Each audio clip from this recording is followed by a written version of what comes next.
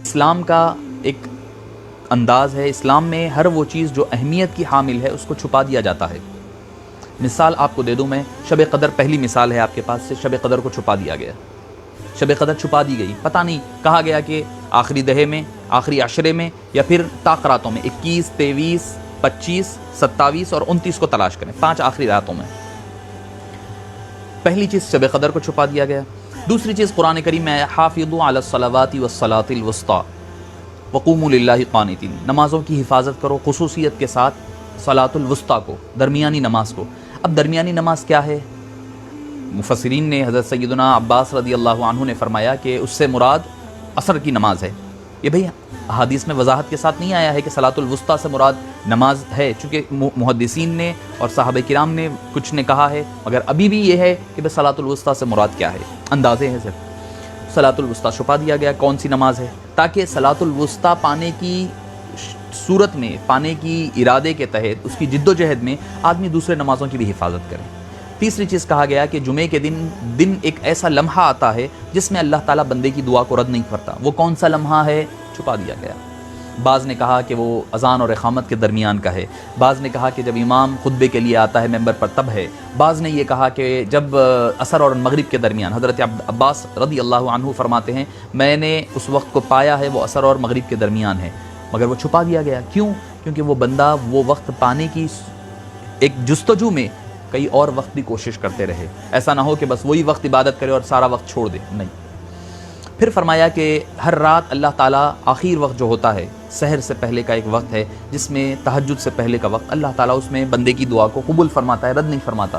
پوچھا گیا وہ کون سا وقت ہے، وہ بھی چھپا دیا گیا۔ تو جو راز کی بات ہوتی ہے نا، وہ چھپا دی جاتی ہے۔ اب یہ محنت کرنے والے مسلمانوں کے اوپر چھوڑا جاتا ہے کہ اب وہ کوشش کریں، کر کے اب ہوگا کیا؟ اب بندہ جو ہے، بندے کو معلوم ہے 5 راتوں میں سے ایک رات شب قدر ہے، 5 راتوں میں سے ایک رات شب قدر، یا تو 21 ہوگی یا 23 ہوگی یا 25 ہوگی یا 27 ہوگی یا 29 ہوگی۔ اب بندہ 21 کو بھی جاگ رہا ہے، 23 کو بھی جاگ رہا ہے، 25 کو بھی، 27 اور 29 کو بھی۔ 5 میں سے ایک تو شب قدر ہے، ایک تو مل گئی شب قدر، پکا گھٹ ہو گئی اس کو۔ شب قدر کے ساتھ کیا ہوا؟ اس کے ساتھ اور 4 راتیں اس کو اضافی طور پر عبادت کا ثواب ملا۔ تو فائدہ کس کا ہوا؟ شب قدر تو ملی ہی ملی، شب قدر کے ساتھ ساتھ فائدہ آپ کا ہوا، آپ کو 4 اور زائد عبادتوں کا ثواب مل گیا۔ یہ ہے اللہ تعالیٰ کا ارادہ اور منشا کہ وہ امت محمدیہ کو زیادہ سے زیادہ ثواب نوازنا چاہتا ہے۔ ایک اور اس میں توجیہ وجہ ہو سکتی ہے اس کو کیوں چھپایا گیا۔ اس کو چھپانے کی ایک اور وجہ یہ بھی ممکن ہے کہ دیکھیے، 1000 رات میں عبادت کرنا 1000 مہینوں کی عبادت سے بہتر ہے۔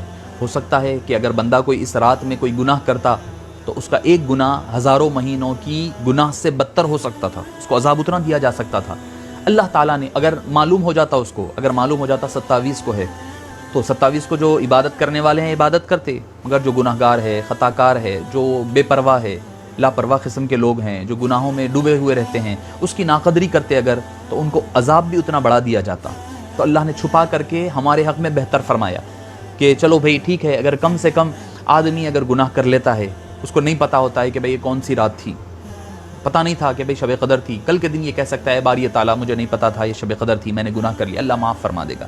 اگر معلوم ہوتا کہ یہ 27 یا 25 ہے، اس کے بعد اگر وہ گناہ کرتا تو اس کو گرفت بھی پکڑ بھی بڑی ہوتی، کیونکہ بڑے گناہ کا بڑا عذاب ملتا ہے۔